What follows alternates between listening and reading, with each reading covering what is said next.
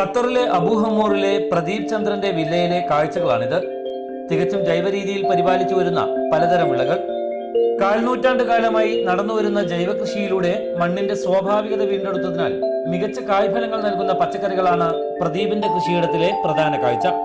ഒപ്പം കണ്ണിന് കുളിർമ നൽകുന്ന പലതരം പൂച്ചെടികളും തോട്ടത്തിന് ചന്തം പകരാൻ മയിലുകളും തത്തകളും. മുറ്റത്തും ടെറസിനുമായി വിളഞ്ഞു നിൽക്കുന്ന ഈ വിളകളെല്ലാം ഇവരുടെ സുഹൃത്തുക്കൾക്കുള്ളതാണ്.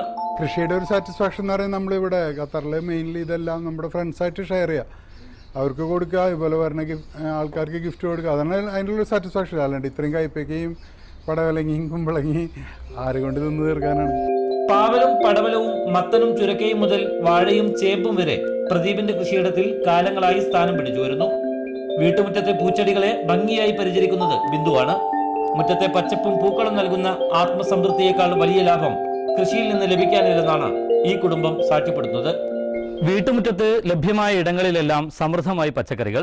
വിളഞ്ഞു നിൽക്കുന്ന ഈ പച്ചക്കറികൾ സുഹൃത്തുക്കൾക്കിടയിൽ സമ്മാനിക്കുന്നു. കഴിഞ്ഞ 25 വർഷമായി പ്രദീപും ബിന്ദുവും ഇത് തുടർന്നു വരികയാണ്.